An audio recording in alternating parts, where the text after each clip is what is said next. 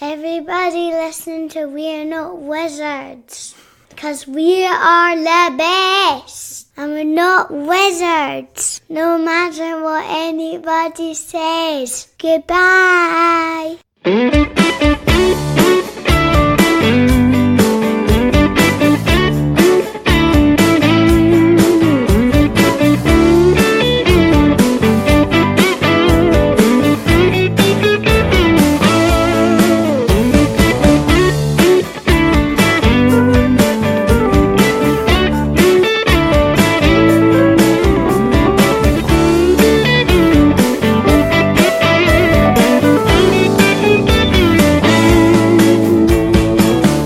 Hello and welcome to another episode of We're Not Wizards. My name's Richard. I'll be your host for March, because there's no point in doing the year because we're in March.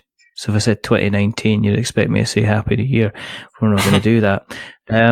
So joining me today, because he's coming to talk about kind of games, and it's all a bit kind of futuristic-y, and it's all a bit kind of robotic technology. In fact, you could say it's actually a little bit kind of robotech-y, and yeah, I know you really should close your eyes because that is a bright thing coming from the sun. It's almost like it's a solar flare just coming down to blind you, because, and this man, he's a dangerous man. He's not even a Hurtingsworth. You could even say he's a Killingsworth, because this is Dave Killingsworth from Solar Flare Games, and he's here to talk about Robotech. Aren't you? Yes, I am. Sorry about the intro.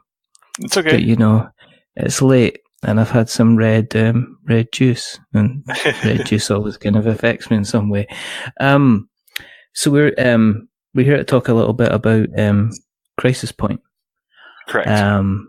And we're here a little bit to talk about probably a little bit more about yourself, because at the moment the situation with Crisis Point is you're in the kind of the pre-order kind of situation. You were saying in the kind of like the green room, yeah?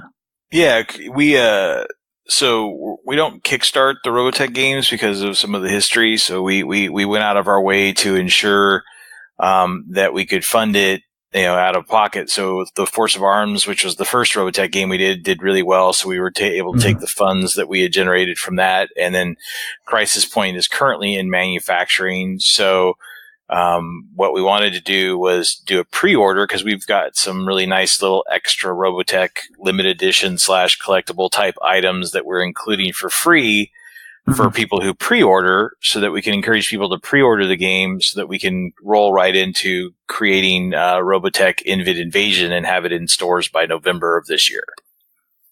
So, I mean, setting the kind of I guess the robot clock back to when you were just running about with bits of cardboard strapped around your arms and legs going pew pew pew. How did you get? You're gonna have to roll with us, Dave. This is how we roll.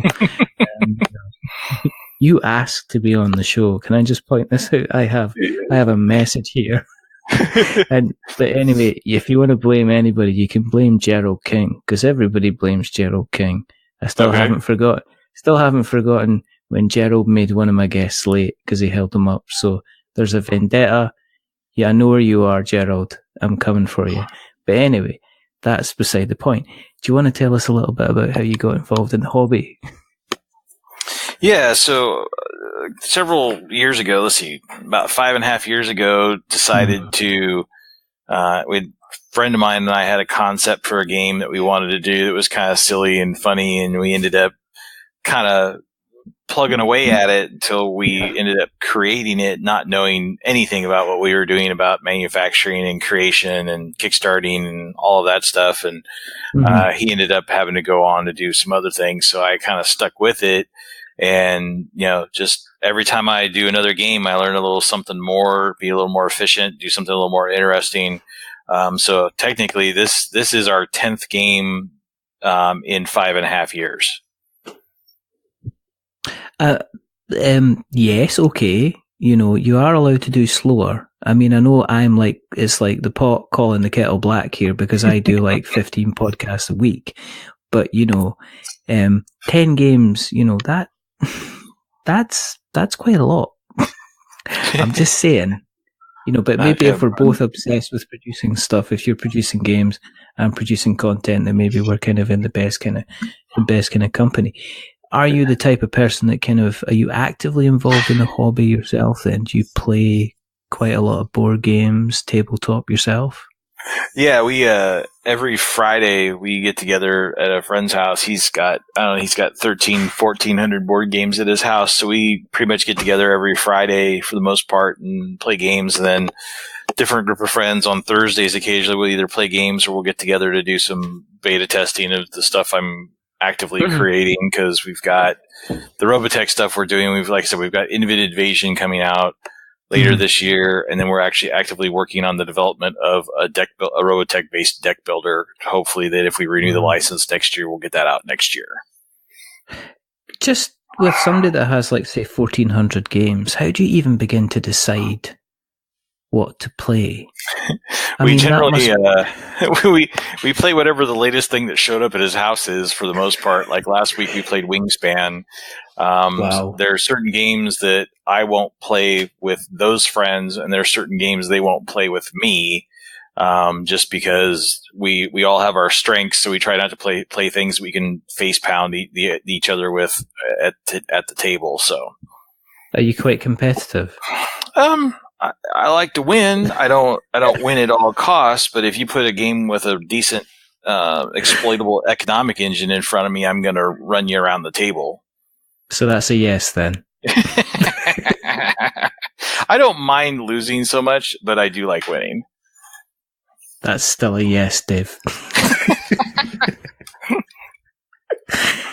But I mean, is that your kind of bag then? Are you like into your kind of like your engine building games? Do you like, you like your Size of This World and things like that, where you can put in like a block of wood on one side and you can kind of produce an entire village out the other once it's gone through all the kind of the various conniptions and connotations and kind of transformations that kind of go through them.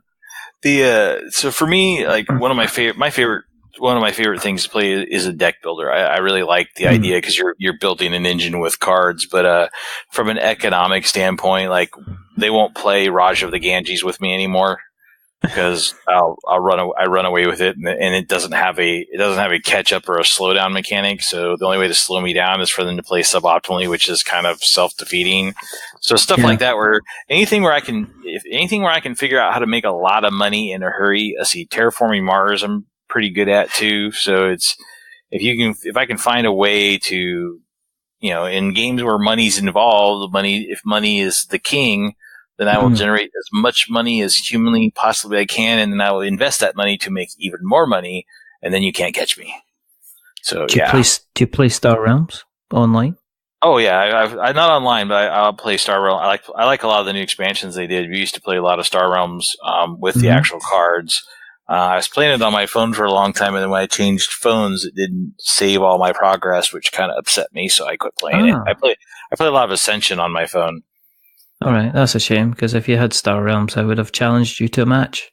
This is me taking my leather glove and slapping you across the face in some kind of you oldie worldy. Take that, sir. You hack. There you go. That's it. I don't know what you do in Texas. Don't care. Couple of 1,000 miles away, you can't touch me. But anyway,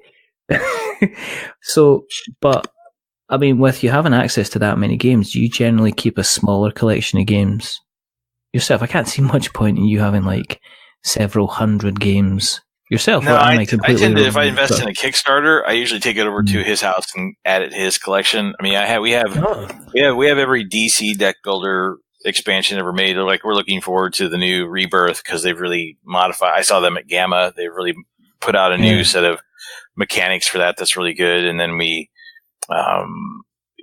miscellaneous things like small stuff we can play with friends who aren't nerdy board gamers that they recognize. I refuse to own Cards Against Humanity, but the stuff like Small World and some of those Seven Wonders, that kind of stuff, we keep that stuff around so we can play with normals. You mean people that haven't fully experienced the joys of playing board games yet? Can't call them normals. People who might be confused by something like Roll for the Galaxy or Galaxy Trucker or Twilight Imperium for that matter. Yeah, Galaxy Trucker is not the easiest game. I mean, this is not an accessible game. I mean, something where the first thing is you have an open fight to decide which components you have. Yeah. It's not. I mean, that is usually 2/3 into a game of Monopoly. I mean, this is not something that happens at the beginning. I've never played Twilight Imperium. That's because I don't think I've done anything that wrong to play it, and I also never ever have a spare if I had 10 hours to kill, I'm pretty sure there'd be stuff I could be doing something else. I play a little bit of board game, but there's other things I'd probably be podcasting. There's always a Arkham Horror or Firefly with all the expansions too. But that, it takes up like half a house. And this is my house. That's something like we'll plan something like that like twice a year. We'll do something big and involved like that. We'll have people over the house and then do food and everything and then kind of play all day. Have you played Eclipse? No, I haven't played that one yet. I've heard it's kind of like a slimmed down. It's kind of like a slimmed down kind of Twilight Imperium. It's apparently quite elegant. I was just speaking to somebody else and they said they liked it. So I don't know. I'm kind of like, I like an epic game, but I don't necessarily want it to take an epic kind of Ben-Hur ×3 type time kind of thing. I like to be able to, I guess, get up and not have lost the power of my legs when I get up from the chair after I've played a game, You'd probably like the Invid Invasion, the Robotech Invid Invasion we're going to put out later this year. It's actually a 1 to 6 player full co-op, but we actually were able to figure out a way to build mechanics so it really literally feels like you and your Scott Bernard with the 5 other freedom fighters trying to remove the Invid from reflex point and defeat the Regis before she defeats you. It's nice. It's got a really epic feel to it in under 2.5 hours. So that was one of the things we did want to do after the first 2 games in the series, was something that had a nice epic feel where you felt like you were really there, like in the cartoon, versus I was describing it to some people at Gamma when we were there, was I got the license for Robotech and I built games to be Robotech, not game ideas I already had where I rubbed Robotech all over them. Yeah, I've seen, I mean, you don't want to, if you get a license, you don't want to kind of, it's like the whole Monopoly thing. It's kind of like, yeah, the only time I've actually seen a decent kind of use of a license on Monopoly was Monopoly Gamer with the Mario license, where they seemed to have actually decided they were going to do something with the IP.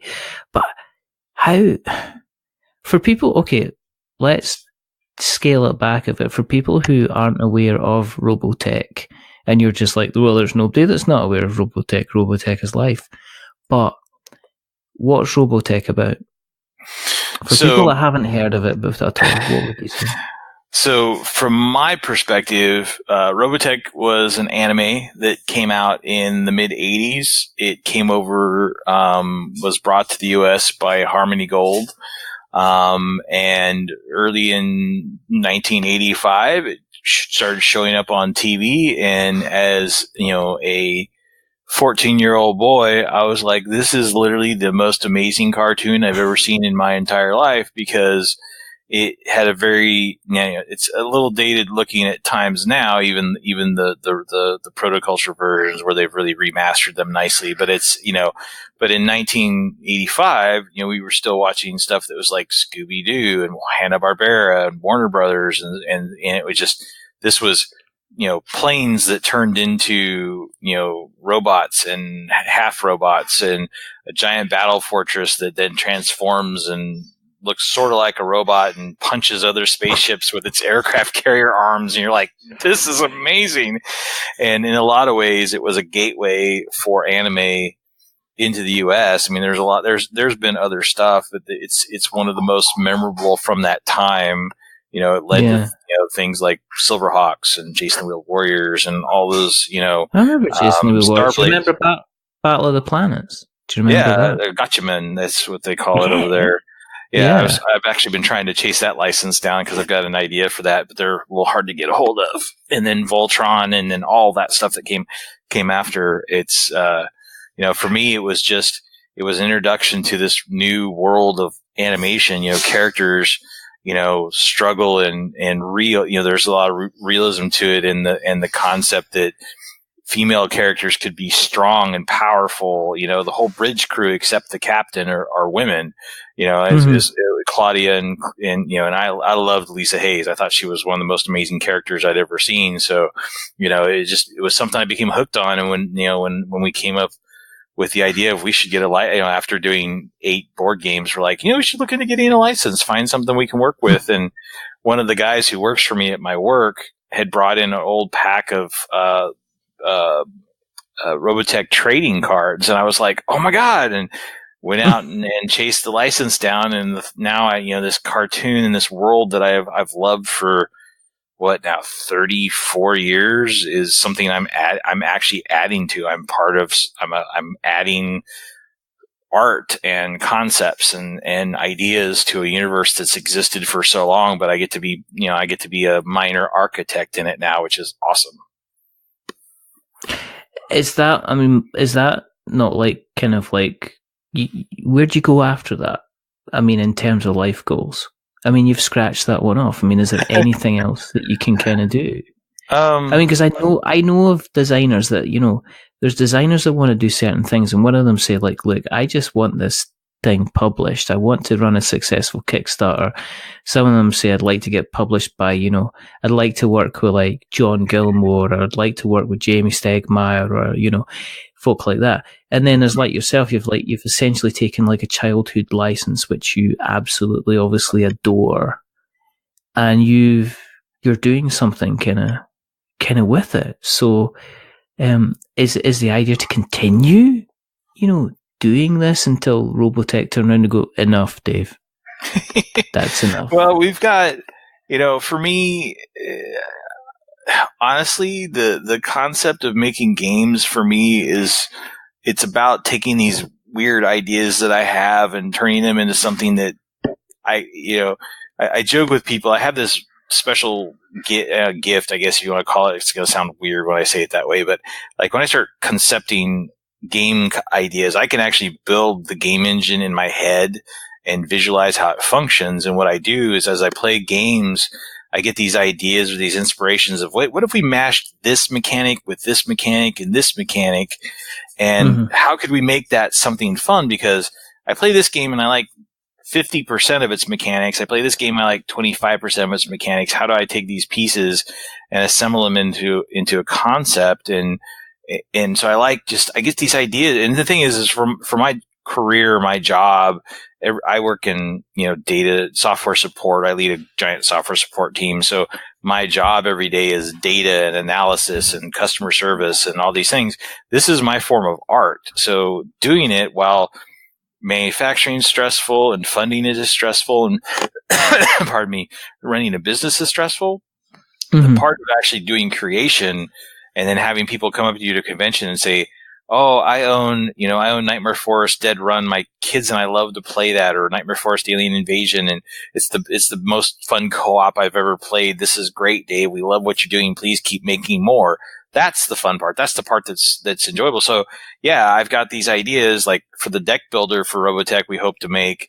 We actually found a way to add a mechanic to a deck builder that nobody's ever done. And it's really neat. It's really cool. So it's that idea of trying to find ground to break that nobody else has.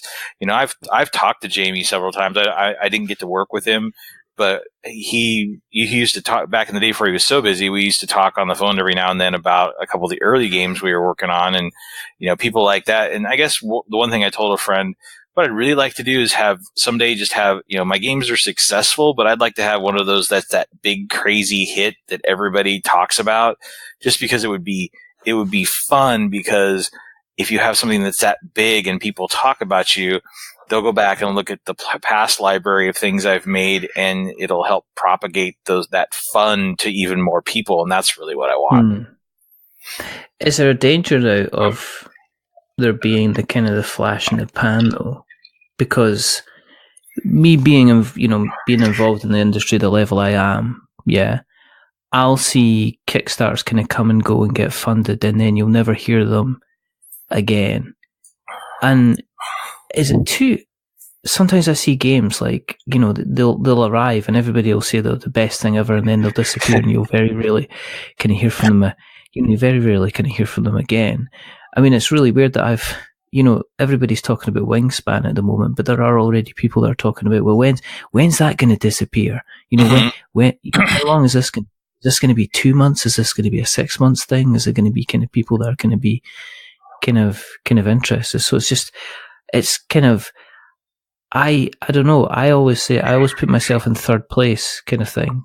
I'd like to be the guy that's third place. That's kind of like known, and people kind of continually kind of buy the game, and it kind of ticks along, and people are interested, and I'm continuing to kind of have people kind of buy the product from me. Not getting the kind of the big, huge, mega success and then disappear off into the sunset with absolutely kind of nothing. But as I say, it depends. I mean, the industry's still growing and it's still evolving, and we're still kind of finding our feet.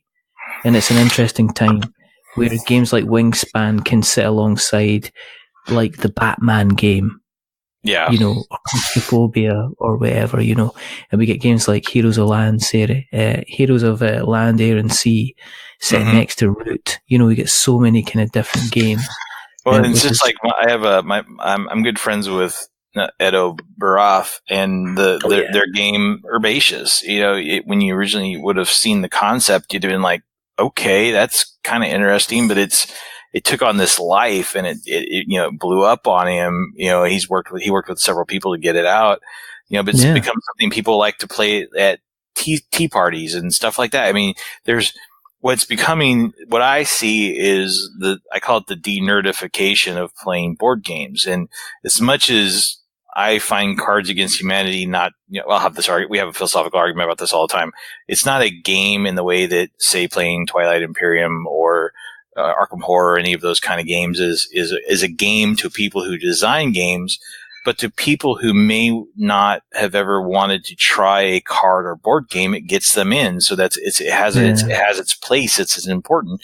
But I heard somebody say this the other day, and I kind of agree with it, is the board game industry, as it's growing, since there's so many choices, has become a use and dispose industry, because there's people listening. There's probably hundreds of people who have bought a game, played it once or twice, and then they'll either give it away or it sits on a shelf. And, with the whole concept of shelfies, there's, people kind of hoard their games now, and, I played Wingspan. I really enjoyed it. I, had an economic engine in it, and nobody's, I think I won like 97 points. Next closest person had 67. So it was, it's got some exploitable mechanics in it, and it's just one of those things. It's pretty, it's interesting, it's different, and it's going to be like that meme until the next pretty and interesting and different thing walks past, and we're all looking for that next fix. What's the thing that really hits my sweet spot that I enjoy? Like for me,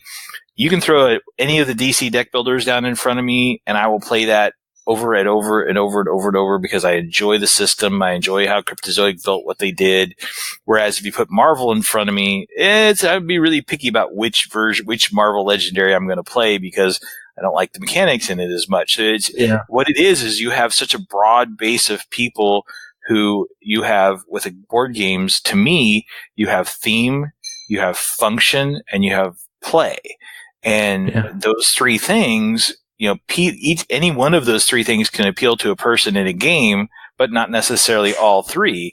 So you're almost like, it's almost like the game industry is your drug dealer to a degree. You're looking for the perfect fix. You're looking for the thing that touches all 3 points. And so we'll keep sampling things until you find the ones that really give you joy. Like for me, a part of what I keep doing with my games is I've got a good fan base. We're not selling, 20,000, 30,000 copies of a game, but we're selling enough that when people hear who we are at a convention, they go, oh yeah, I've got this or I've got that. I really enjoy it. I play with my kids, because Solar Flare was always built around getting families to sit down and play games together versus catering to just gamers. Yeah.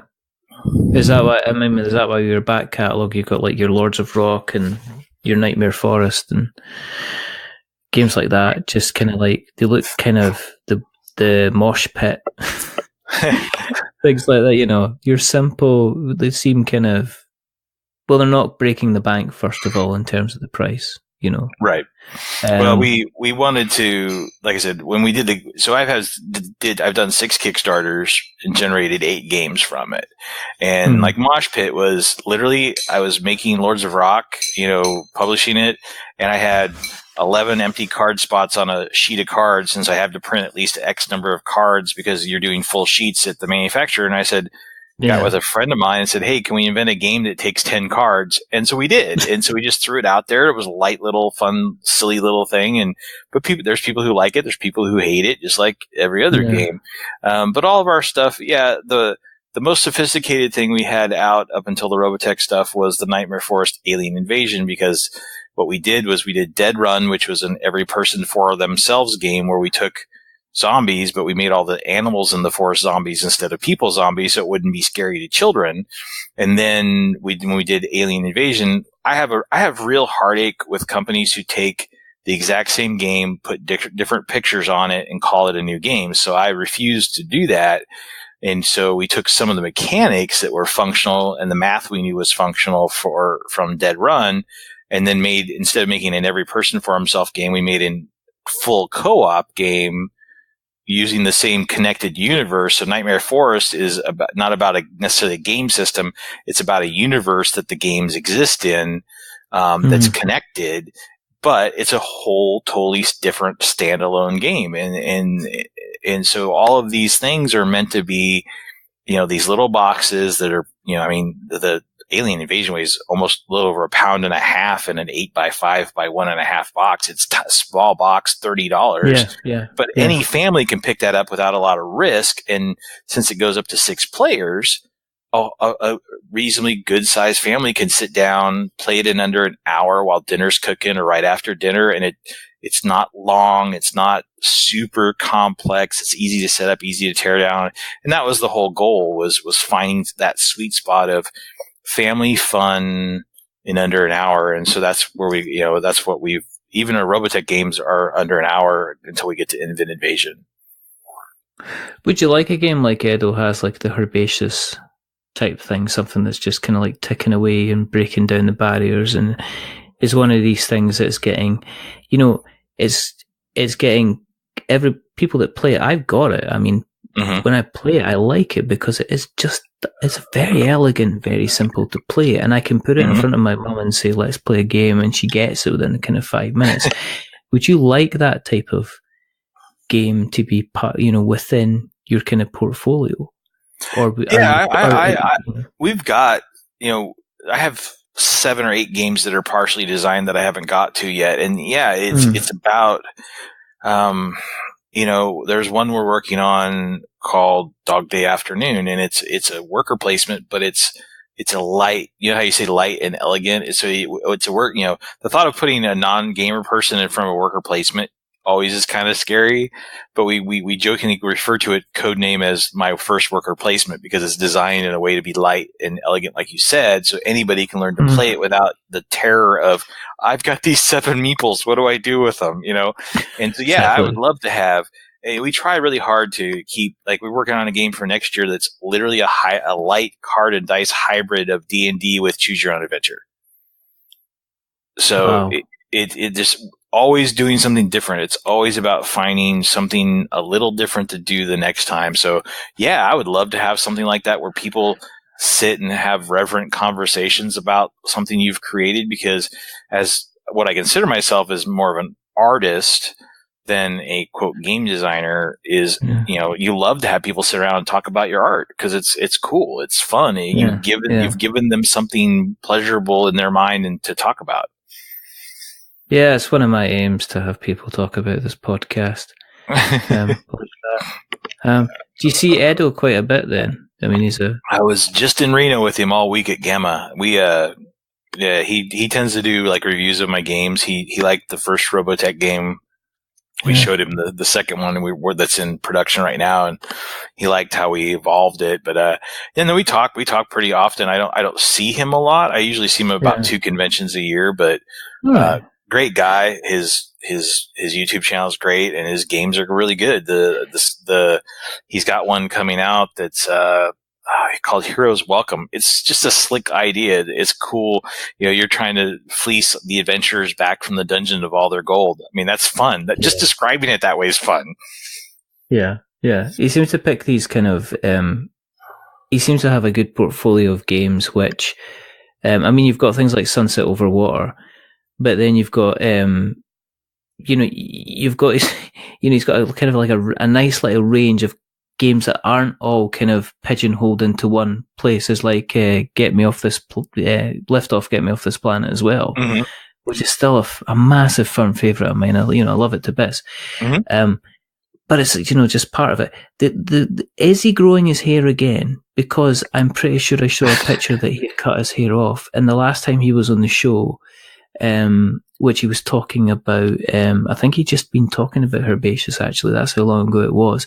We did spend 20 minutes talking about Edo's hair care, which was an entire section. He is still sporting the trim to cut. He's still sporting it kind of short, and it's not short, but he's definitely not growing the big ponytail out right now.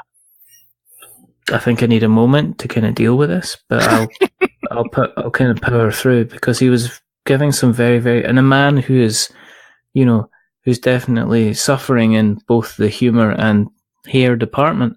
That makes two of us. I kind of looked up to him as somebody who, he's obviously just flaunting it.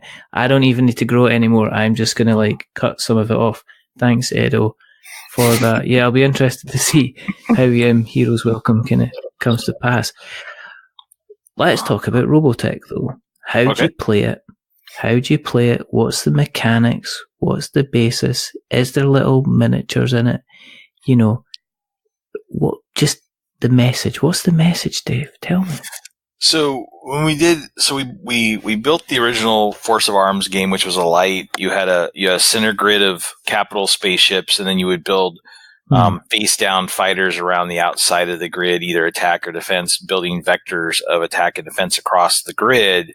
So where your cards meet over a certain ship would determine how much power you had. So we took that the Force of Arms, which is in stores. It's a $20 game. It's nice and light. It's an introductory. We kept the mechanics from being overly complex, because Robotech is known but not known. It's not Star Wars. It's not Star Trek. But the people who know it love it, and we wanted something that was light enough for people to get introduced to the art and the sense of awesome that is Robotech itself. And so when we went to Crisis Point, we moved on. So the TV show was originally Macross, the Masters, and New Gen. So when we decided to make 3 games, each game is based in a section of the TV show, so that once you have all 3 games, you can literally play the TV show. So this middle one was Crisis Point, which is the Masters, and it really needed to feel like a ground war. So to evolve the game, you have a 4x4 grid in the center. Each player is going to end up playing 8 cards to the middle out of an 11 card selection that they have. But as they do it, they will play cards around the outside.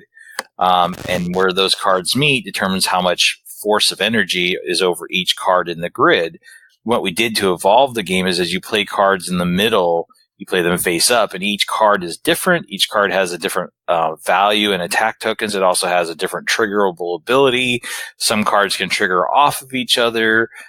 So basically what you're doing is you're building a ground war in the center by playing 8 cards. The other guy plays 8 cards, and you're building, your combat units around the outside to determine, do I protect, how many of my units did I protect, and how many of my enemy units did I destroy?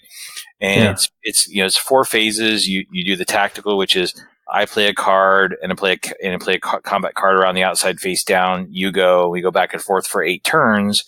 And then any tokens we've collected, you can play them 2 at a time in the center, try to modify how the center functions.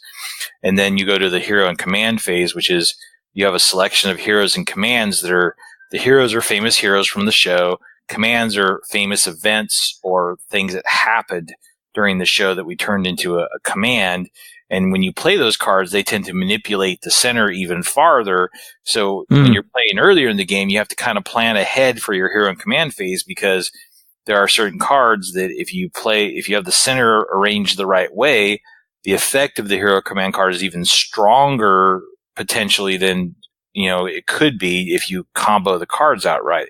So it's what we said is we describe it as area control plus bluffing plus resource management plus tactical and strategy planning. So it's got all these little bits flying together so that you've got to really think your way through, just like if you were really having a ground war. And one of the things the fan base really wanted, because Masters tends to be the redheaded stepchild of Robotech in a lot of ways. Either you hate it or you love it. There's no middle ground with the Masters. And so we went out to the fan base for the Masters, and we really leaned into finding. They said, please make it feel like a ground war, because that's what it was, and like a war game almost. And so we found a middle ground that worked. And it is, you're deploying forces in the center, you're deploying forces around the outside, you flip it all over and determine who captured the most victory points in units. If you protect yours, you get victory points for that. If you destroy the other guys, you get victory points for that.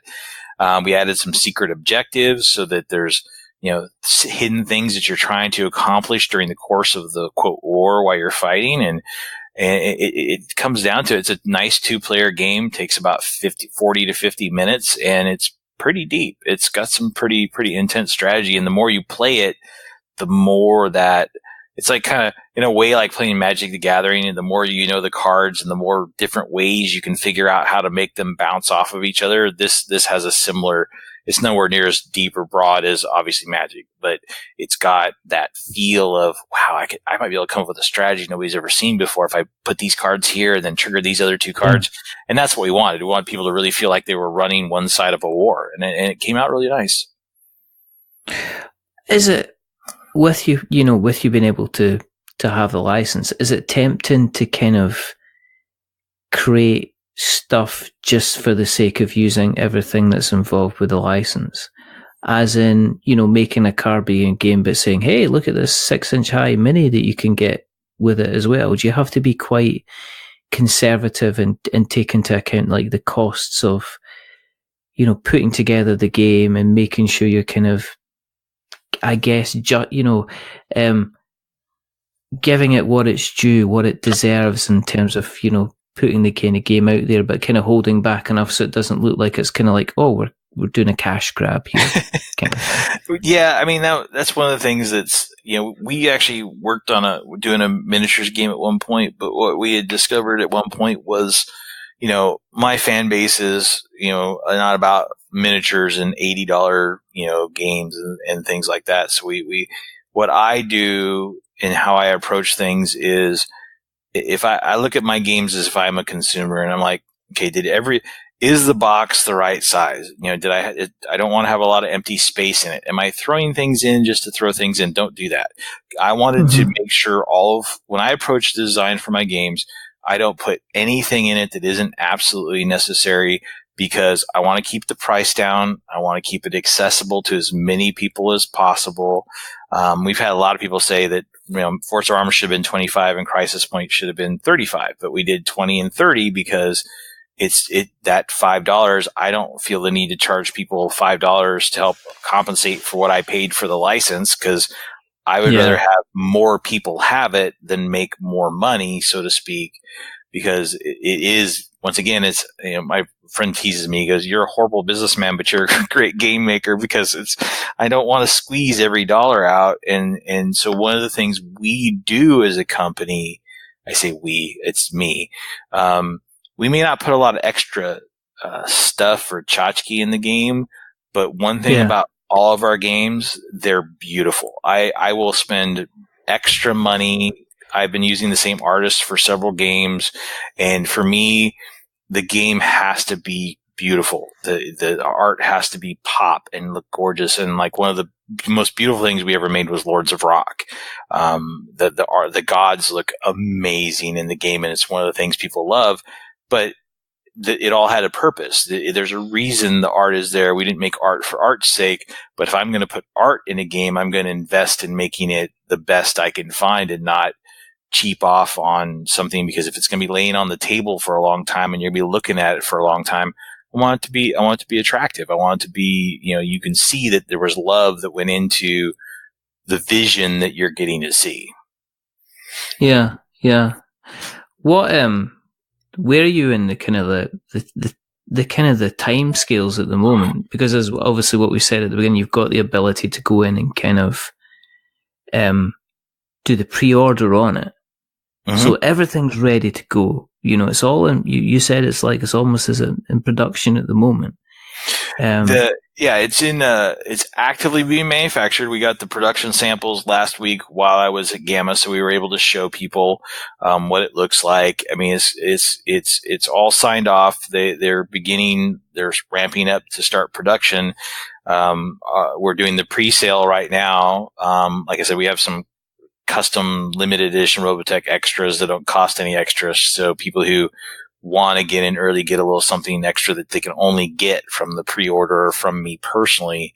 But we expect to have the product arrive in the US, just depending on customs and the boat. There's always that caveat. Late May, and it should be in stores in June.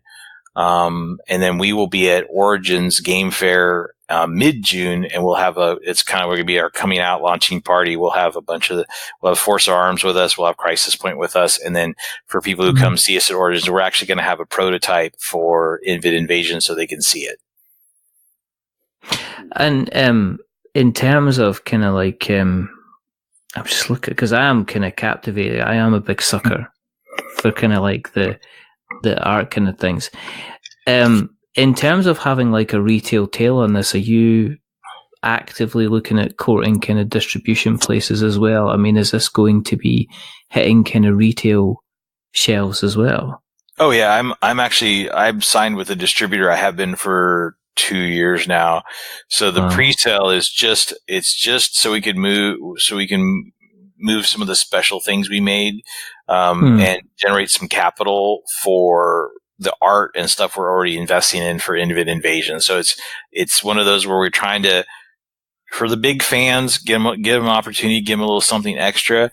And then, people who get, GTM magazine and things like that, it'll be any distributor that anybody has when June comes. If they go to their store, I think our SKU code is SRF 0602 for Crisis Point. It's 0600 for Force of Arms. You'll be able to go into a store and just ask for it, and they should be able to either they'll be carrying it or they'll have it for you. And one of the things we are doing is, at the time that Crisis Point hits stores, we created a little booster pack called the Grand Cannon Booster that actually goes with Force of Arms. We made it free. We made over 8,000 copies of it. It's a little 6-card booster. Every retailer on the planet will be able to order it for free and then give it to fans who've purchased Force of Arms or go to buy Force of Arms. They'll get it for free. The store shouldn't charge them for it. It doesn't cost the store anything, but it adds value to Force of Arms at the same time we're releasing Crisis Point. And then later this year, when we do the pre-order for Invid Invasion, we're actually going to release a 23-card booster pack for free again, so that you can take Force of Arms and Crisis Point and set them side by side and play two-player games as a single 4-player game, as the two games will be able to with the extra cards, they'll be able to interact with each other. So we're a big believer in putting out a little something to support game stores so that they have something nice and extra, and that fans, if you like the first one and you come back for the second one, we're going to make a little something extra for you for the first one, and it's about doing that fan service and caring about what you're making beyond, what dollars you're making, if that makes any sense. No, I mean, it's certainly coming across just a tiny little bit in the way you're talking, just getting an impression. I'm not really good at picking up kind of subtleties and stuff like that, but you definitely, I'm getting a hint that you actually like what you're doing, which, no, I mean, in all seriousness, I mean, it goes back to the point that we made about, taking a group of models, sticking a different color paint on them and saying, oh, look, here's the latest kind of XYZ game. It's always a concern whenever I see IPs on Kickstarters, that sometimes the game, the IP, and the fact that they're making minis for the game, and the fact that, that kind of outweighs potentially what the gameplay's going to be, so it's to hear somebody that's kind of like you obviously love what you're doing. Kind of adds that little bit of, I guess, confidence to anybody that's considering kind of jumping in and having a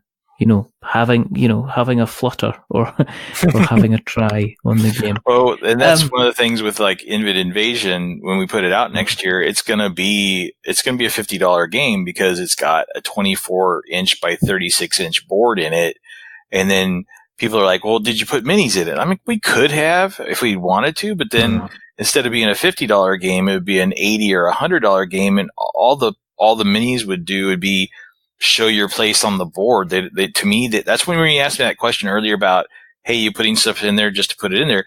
Well, for me, it was a better choice to take the beautiful art that we're making and make, 5 standees for each of the characters you can play instead of trying to make 5 minis for each character. When the minis minis wouldn't add enough value over standees to make up the cost difference I'm charging somebody. I would have just felt bad.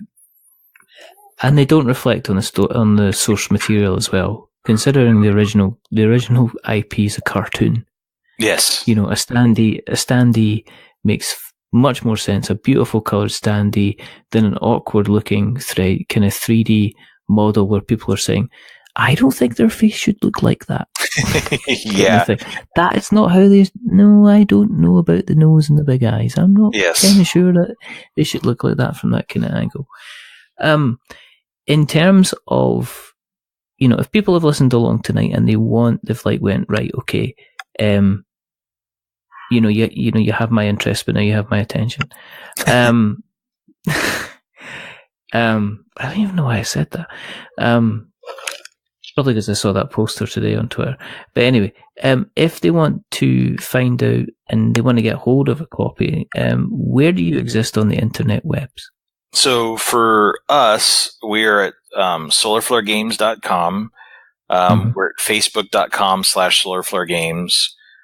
Twitter is, this is the part that's weird. We're at Brave Frontier because my actual LLC is Brave Frontier Studios, but and then Instagram.com/solarflaregames. And if they want to go check out the pre-order, pretty much they should be able to find a link in any of those places, but we also made a tiny URL. So if you go to tinyurl.com/crisis point, you'll be able to go to the pre-order page. Cool. We'll make sure that we put all of the links in the show notes so that we've got notes to show. Cool. If you want to keep an eye on what we're up to, just go to the internet and search for We're Not Wizards. We've done 260 odd of these episodes if you don't know where we are now. But in case you are wondering, you can find us on Twitter and Facebook and Instagram and YouTube and the blog, which is we'renotwizards.blogspot.com, and the website, which is we'renotwizards.com. And you can find us on all these fabulous podcast catchers like Stitcher and Spreaker and Acast and Podknife and Podbean and anything that's got the word cast in it and anything that's got the word pod in it. Basically, Spotify. That's not got the word pod or cast in it, is it? That's rubbish. Anyway, but if you want to kind of stick around, hang around with us, keep on listening to us, jump over to Apple Podcasts, drop us a subscription, drop us a rating, drop us a review. If you want to drop us a rating or review, don't give us 10 stars. Makes me big-headed. Don't give us 1 star. Just makes me cry. And as I keep on saying, I'm not getting any younger. And the tracks of the tears that roll down my face just add even more lines of bitterness and ugliness into this visage that you see before you. So give us a 5. Because it's in the middle. It's average. Just a little bit average, But the person who's not been average is rather wonderful, rather fantastic. Mr. Dave Killingsworth. Thank you very, very much for coming on, sir. It's really it's good to hear things are going so well for you. It's exciting to hear about the campaign. It's also exciting to hear how excited you are about working with like the Robotech IP as well. It's pretty cool. So thank you very, very much for coming on. Thank you for having me. There's only 2 more things to do. The first thing is to remember that we are many things, but we're not wizards. Are we wizards, Dave? We are not wizards. Fantastic. And the second thing is to say goodbye. So it's a goodbye from Dave. Say goodbye, Dave. Goodbye, Dave. And it's everybody start, every single time without fail. And do you know what? I'm starting to like it. And it's a You're asking goodbye for it when you do that. I need that. There's this whole thing is scripted. It'd be a lot funnier if I just said goodbye, Bob, and confused you. I'm very, very easy to confuse. And it's a goodbye, see, just like there. And it's a goodbye from me. Remember, stay safe. Roll 6s. And you ain't getting tech unless it's Robotech. But yeah, check out the links. You guys love card games. I know you do. And you love robots. And you love 1980s cartoons. What is there not to like? But until the next time, goodbye.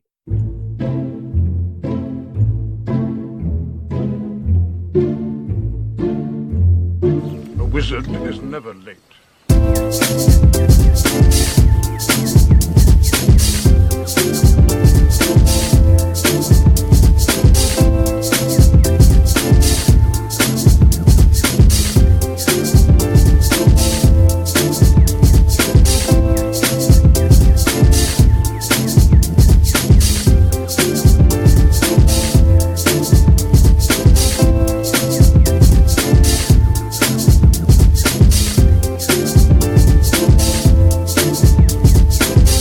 Nor is he early.